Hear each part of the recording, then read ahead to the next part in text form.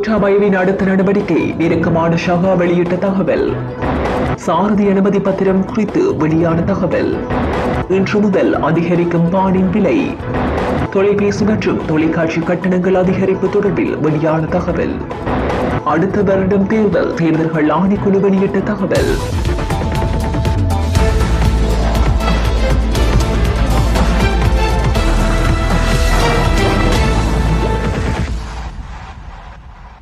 முன்னாள் ஜனாதிபதி கோட்டாபய ராஜபக்ஷ நாடு திரும்பியுள்ள போதிலும் அவர் மீண்டும் அரசியல் நடவடிக்கையில் ஈடுபட மாட்டார் என நாடாளுமன்ற உறுப்பினர் நாளக கொடேஹேவா தெரிவித்துள்ளார். சிங்கள ஊடகம் ஒன்றிடம் கருத்து வெளியிட்ட அவர் இதனை குறிப்பிட்டுள்ளார். நாளக கொடேஹேவா கோட்டாபயவின் வியட்னா அமைப்பின் பலமான அங்கத்தவராக செயற்பட்டுள்ளார். அவர் கோட்டாபய ராஜபக்ஷவை ஜனாதிபதியாக தெரிவு செய்வதில் குறிப்பிடத்தக்க பங்களிப்பை செய்த ஒருவராவார். மிரிகானா வீட்டில் தங்குவதற்கே கோட்டாபயை எதிர்பார்ப்பதாக அண்மையில் என்னிடம் தெரிவித்தார்.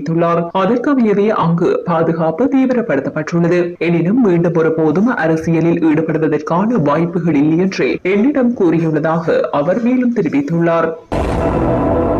மெமரி சிப்கள் கொண்ட சாரதி அனுமதி பத்திரங்களை நீக்கும் அதேவேளை கியூஆர் குறியீடு கொண்ட புதிய அட்டையை அறிமுகப்படுத்த மோட்டார் போக்குவரத்து திணைக்களம் நடவடிக்கை எடுத்துள்ளது. இது தொடர்பான யோசனை சட்டவரைவு திணைக்களத்திடம் கையளிக்கப்பட்டுள்ளதாக மோட்டார் போக்குவரத்து ஆணையாளர் நாயகம் நிசாந்த வீரசிகா தெரிவித்துள்ளார். இந்த நாட்டில் ஏறக்குறைய 57 லட்சம் பேர் சாரதி அனுமதி பத்திரத்தை பெற்றுள்ளனர். அவர்களின் அடையாளம் மற்றும் ஓடக்கூடிய வாகன வகைகள் மற்றும் செல்லுபடியாகும் காலம் சாரதி அனுமதி பத்திர சிப்பை போன்ற நினைவாக சிப்பில் பதிவு செய்யப்படுகின்றன. இந்த அட்டைகள் ஆஸ்திரேலியாவில் இருந்து யூரோக்களில் பணம் செலுத்தி இறக்குமதி செய்யப்பட்டன. ஆனால் தற்போது நாட்டில் நிலவும் பொருளாதார நெருக்கடியால் திரைசேரியில் யூரோ இல்லாததால் இந்த அட்டைகள் இறக்குமதி நிறுத்தப்பட்டுள்ளன.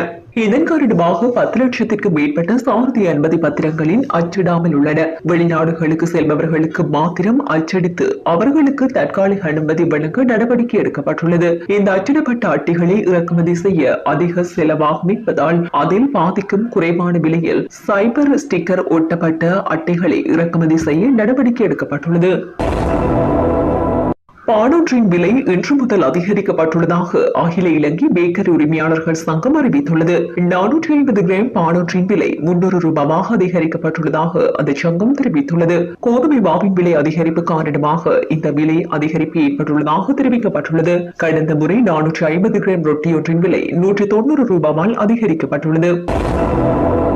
தொலைபேசி மற்றும் தொலைக்காட்சி கட்டணங்கள் உயர்த்தப்பட உள்ளதாக தெரிவிக்கப்படுகின்றது. அனைத்து வகையான நிலையான தொலைபேசி மற்றும் அலைபேசி கட்டணங்கள் உயர்த்தப்பட உள்ளன. கட்டணம் செலுத்தி பார்வையிடும் தொலைபேசி அலைவரிசைகளுக்கான கட்டணங்களும் உயர்த்தப்பட உள்ளதாக அறிவிக்கப்பட்டுள்ளது. இலங்கை தொலைத்தொடர்பு கட்டுப்பாட்டு ஆணைக்குழு இதற்கான அனுமதியை வழங்கியுள்ளது. இந்த கட்டண அதிகரிப்பு கூடுதல் தொகையில் உயர்த்தப்பட உள்ளதாக தெரிவிக்கப்படுகின்றது. எதிர்வரும் நாட்களில் கட்டண அதிகரிப்பு குறித்து அதிகாரப்பூர்வமாக அறிவிக்கப்பட உள்ளதாக செய்திகள் வெளியாகியுள்ளன.